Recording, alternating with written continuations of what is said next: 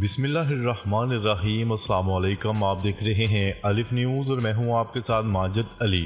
شامل کرتے ہیں پاکستان اور دنیا بھر سے بریکنگ نیوز ہیڈ لائنز۔ روس یوکرین جنگ میں شدت آ گئی۔ اس حوالے سے یوکرینی جنرل کے مطابق یوکرین کے مشرقی علاقے میں لڑائی میں تیزی آ گئی ہے۔ کیف سے ملنے والی اطلاعات کے مطابق یوکرینی جنرل کا کہنا ہے کہ مشرقی یوکرین میں لڑائی کی صورتحال خراب ہو گئی ہے۔ یوکرینی فوجی 3 مقامات پر نئی پوزیشنز پر واپس آ رہے ہیں۔ ان کا کہنا تھا کہ فوجی دستوں نے اپنی افواج کی حفاظت کے لیے مغربی دیہاتوں میں پوزیشن سنبھال لی ہیں۔ ماسکو سے خبرسا ایجنسی کی رپورٹ کے مطابق روس نے گزشتہ ہفتے یوکرین کی دفاعی تنصیبات اور بارودی گوداموں پر 35 میزائل اور ڈرون حملے کیے۔ خبرسا ایجنسی کی رپورٹ کے مطابق یوکرین نے روس کے 21 میزائلوں کو مار گرانے کا دعویٰ کیا تھا۔ خبر کے اگلے حصے میں بات کرتے ہیں عالمی عدالت سے اسرائیلی وزیر اعظم کے وارنٹ گرفتاری جاری ہونے کا امکان۔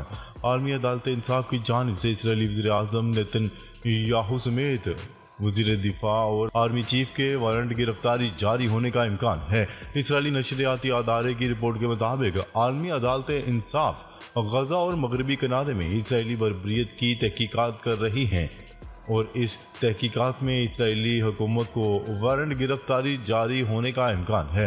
کہا جا رہا ہے کہ عالمی عدالت انصاف رواں ہفتے ہی اسرائیلی وزیر اعظم نیتن یاہو، اسرائیلی آرمی چیف اور اسرائیلی وزیر دفاع کے وارنٹ گرفتاری جاری کرنے پر غور کر رہی ہے۔ عالمی عدالت انصاف کی جانب سے وارنٹ گرفتاری کی اطلاعات پر اسرائیلی وزیر اعظم نیتن یاہو شدید خوفزدہ ہو گئے ہیں، جبکہ اس خبر پر اسرائیلی حکام کی جانب سے گہری تشویش کا بھی اظہار کیا گیا ہے۔ رپورٹ میں بتایا گیا ہے کہ گرفتاری سے خوفزدہ اسرائیلی وزیر اعظم نیتن یاہو نے امریکی صدر جو بائیڈن سے مطالبہ کیا ہے کہ وہ اسرائیلی قیادت کے وارنٹ گرفتاری روکنے کے لیے عالمی عدالت انصاف پر دباؤ ڈالیں۔ دوسری جانب اسرائیلی وزیر خارجہ کا کہنا ہے کہ عالمی عدالت انصاف کی جانب سے اسرائیلی قیادت کے وارنٹ گرفتاری جاری ہونا اسرائیلی فوج کے لیے بڑا نقصان ہوگا۔ اسرائیلی وزیر خارجہ نے مزید کہا کہ حماس غزہ کی آبادی کو اپنے لیے انسانی ڈھال کے طور پر استعمال کر رہا ہے۔ خبر کے اگلے حصے میں بات کرتے ہیں قطر اور مصر کی غزہ میں جنگ بندی کی کوششیں۔ حماس وفد کل مصر جائے گا۔ قطر اور مصر کی ثالثی میں غزہ میں جنگ بندی کی کوششیں جاری ہیں۔ خبرسا ایجنسی کی رپورٹ کے مطابق جنگ بندی معاہدے پر بات چیت کے لیے حماس کا وفد کل حماس رہنما کی قیادت میں مصر جائے گا۔ قاہرہ سے خبرسا ایجنسی کی رپورٹ نے بتایا ہے کہ حماس وفد قاہرہ میں جنگ بندی تجاویز پر قطری اور مصری ثالثوں سے بات چیت کرے گا۔ اس حوالے سے حماس عہدیدار نے مزید بتایا ہے کہ قطری اور مصری ثالثوں سے جنگ بندی تجاویز پر اسرائیلی رد عمل سے متعلق بھی بات ہوگی۔ خبرسا ایجنسی کی رپورٹ کے مطابق حماس نے گزشتہ روز جنگ بندی تجاویز پر اسرائیلی رد عمل موصول ہونے کا بتایا تھا۔ خبر کے اگلے حصے میں بات کرتے ہیں اسرائیلی رفح آپریشن سے قبل ہمارے خدشات سننے کو تیار ہو گیا، جان کربی۔ امریکہ نے دعویٰ کیا ہے کہ اسرائیل امریکی حکام سے مشاورت کیے بغیر رفح پر حملہ نہیں کرے گا۔ تفصیلات کے مطابق امریکی قومی سلامتی کے ترجمان جان کربی نے کہا ہے کہ اسرائیل امریکی حکام سے مشاورت کیے بغیر رفح پر حملہ نہیں کرے گا۔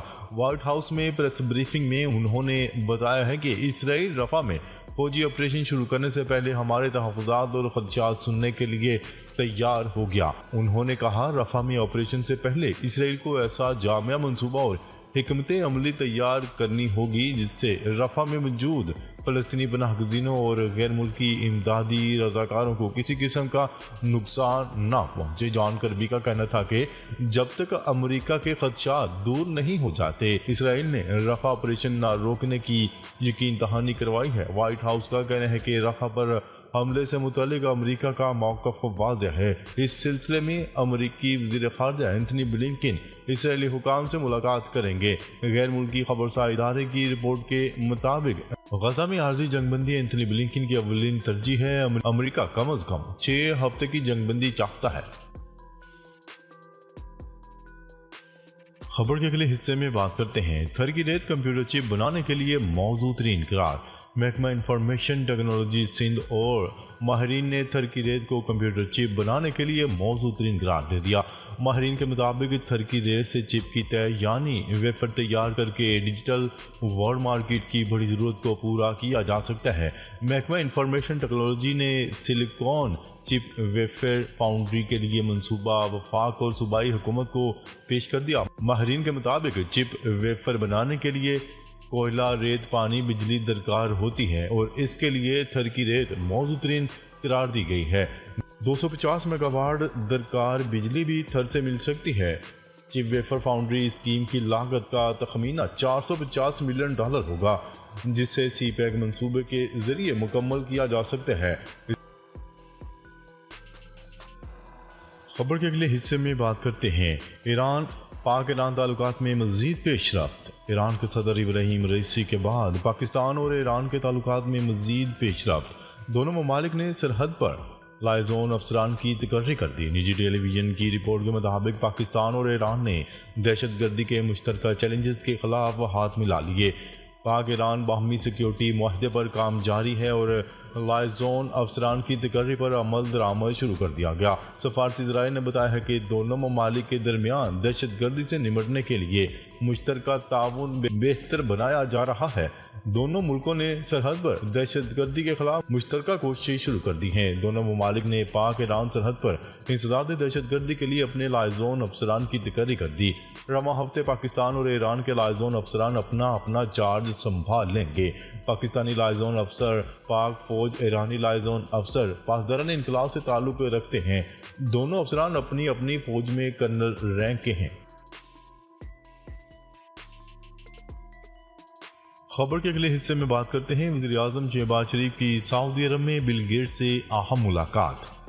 وزیر اعظم شہباز شریف نے سعودی دارالحکومت ریاض میں WEF کے خصوصی اجلاس کے موقع پر مائیکروسافٹ کے بانی بل گیٹس سے ملاقات کی۔ اس موقع پر وزیر اعظم شہباز شریف نے پاکستان اور گیٹس فاؤنڈیشن کے درمیان مضبوط شراکت داری یقینی بنانے کے لیے مل کر کام جاری رکھنے کے عزم کا اعادہ کیا۔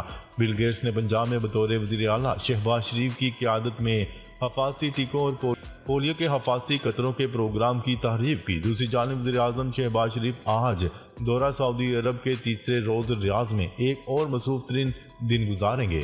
وزیر اعظم شہباز شریف عالمی اقتصادی فورم کے خصوصی اجلاس کی اختتامی پلینری ریجونیٹنگ گروتھ میں اظہار خیال کریں گے۔